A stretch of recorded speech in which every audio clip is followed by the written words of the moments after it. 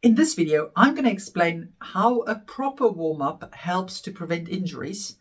And then we're going to look at what do I mean with a proper warm-up? What are the components that you have to include in your warm-up to get the benefit that it will help prevent injuries? For those of you who don't know me, my name is Maryke. I'm one of the physiotherapists from sportsinjuryphysio.com, where you can get online physiotherapy assessment as well as treatment for your injuries.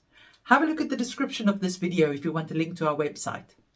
Doing a proper warm-up routine before playing sports has been shown to decrease general injury risk for sports teams by 30% and severe injuries by up to 50%.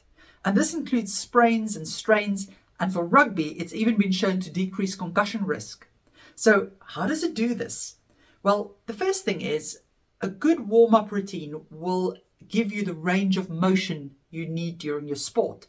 So when we think of range of motion, it's basically how far your legs should be able to move comfortably without restriction. Or if you're doing a sport that involves the upper body, how far your arms should be able to move. And range of movement relies on two things. One is the muscles should be able to lengthen through the full range. If they can't do that quickly enough or easily enough, you may end up getting an acute muscle strain. And your joints also need to be able to move through the range of motion they should be moving. And a good warm-up helps to lubricate the joints and get that range of motion going. Now, the second thing is they warm the muscles up and they allow them to contract better.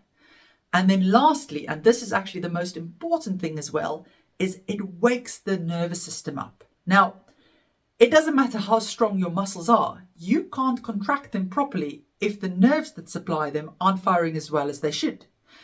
Our bodies are quite clever. It doesn't like to waste energy. So if you look at a muscle, every single muscle fiber has a little nerve ending that supplies it. But the muscle, when you go to use the muscle, the brain doesn't activate all those nerve endings because that would be a waste of energy. If you just want to pick up a pen that's really light, you only need a few muscle fibers to fire to do that job. However, if you want to be pressing a heavy weight, you want all your muscle fibers to fire because you're going to need all that strength.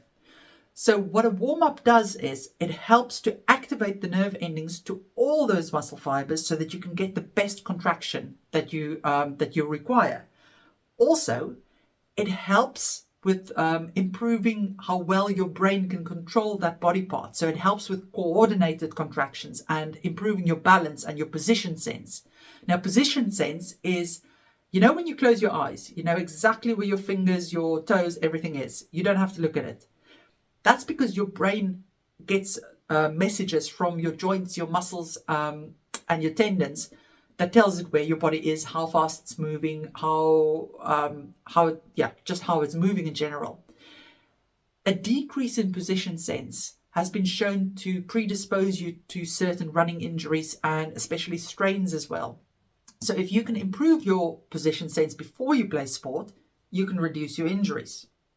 Now, you noticed in the bits before I said proper warm-ups, because not all warm-ups are equal. Just doing an easy little jog before you go out and play a match of football, that won't be enough. Your warm-up has to prepare you for the type of activity you're going to do and the muscle contractions and movements you're going to do in that sport. So what are the components of a proper warm-up? Well, the first is it has to be sport-specific.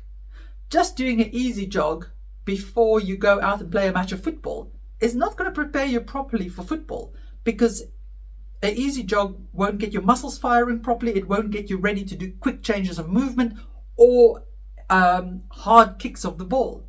So you have to look at the type of sport you're going to be doing. Then it also has to be athlete specific. If the warm-up is too intense, it can actually make you tired if you're not fit enough for it.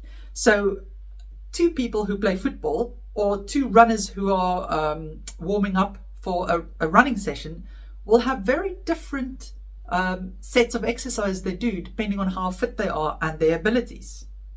Then it also has to match the intensity of the sport or session you're just about to do. The warm-up you need before an easy run is very different from the warm-up you need before a track session or a full-out sprint session. Warm-ups also have to be done regularly for best results. The research has found that The best results were if people did the warm-ups 2 to 3 times a week or before every training session and every match. A proper warm-up also has to consist of 3 phases. In phase 1, you want to do light activities that gets your cardiovascular system working and your general core temperature up. So we're thinking of things like, if you're going to do a sport that involves running, easy jogging could be useful. If you're doing cycling, then easy cycling. If we're thinking of swimming, it's very gentle swimming just to get everything going that needs to be working in the main session. Then in the second phase, you want to be doing exercises that activates the muscles but also gives you the range of motion you need. So the best exercises to include in this section are dynamic stretches. A dynamic stretch is typically a movement that will mimic the movements and the range of motion you need in your sport. So if we think of running, it'll be things like squats or lunges or deadlift type movements, or even leg swings just. And they often resemble strength training exercises. But if we look at the movement like a squat, for instance, with a squat, you're mobilizing your ankle joints, your knees and your hips, while you're also contracting your thigh muscles and your glutes, a little bit of the hamstrings, so you're getting muscle activation. If we think of a static stretch, if we wanted to improve range of motion through a static stretch, you just take the joint into that range and you hold it there. So you're not getting that lovely warming up effect of the joint, and you're not getting the muscle waking up. In fact, there's research to show that maybe the muscle can't contract that well if you do a static stretch before you use it. However, there is research out there to show that if you do static stretches and follow it up with dynamic stretches afterwards, you perform just as well as somebody who only does dynamic stretches. And there are certain sports, like for instance gymnastics or dancing, where you may want to be using static stretches because you need that extra range of motion that a dynamic stretch can't give you. But then you have to follow it up with active ones. Now, if you want to know more about active stretches or static stretches, we've made videos about those and you can find the links in the description of this video. So we've now increased our core temperature, got the cardiovascular system going. You've also done your stretches and your activation exercises through dynamic movements. Then the last phase is that you want to do activities that really preps you for the top level of function you need in your session. Now, if you're just going out for an easy jog, this phase is likely not needed because you just need range of motion and a little bit of activation and warming up of the body. Whereas if you're going to do a sprint session or you're going to do a football session, you need your muscles to contract forcefully and quickly and be able to do quick changes of direction exercises. So things we include in this phase would be plyometric exercises, short accelerations, that you just get up to full speed and then relax back down. Or if you're a rugby player, it'll be things like falling to the ground, jumping up, getting those quick reactions. So it just depends on your sport. So to summarize, your warm-up can prevent injuries, but only if it involves the components we've just spoken about, that it actually gets your core temperature going, it gets your range of motion, activates the muscles, and preps it for the type of sport you're going to be doing, and if you do them regularly. It has to fit your fitness level, and of course, depending on the session you do, it's also going to fit the session you're going to be doing.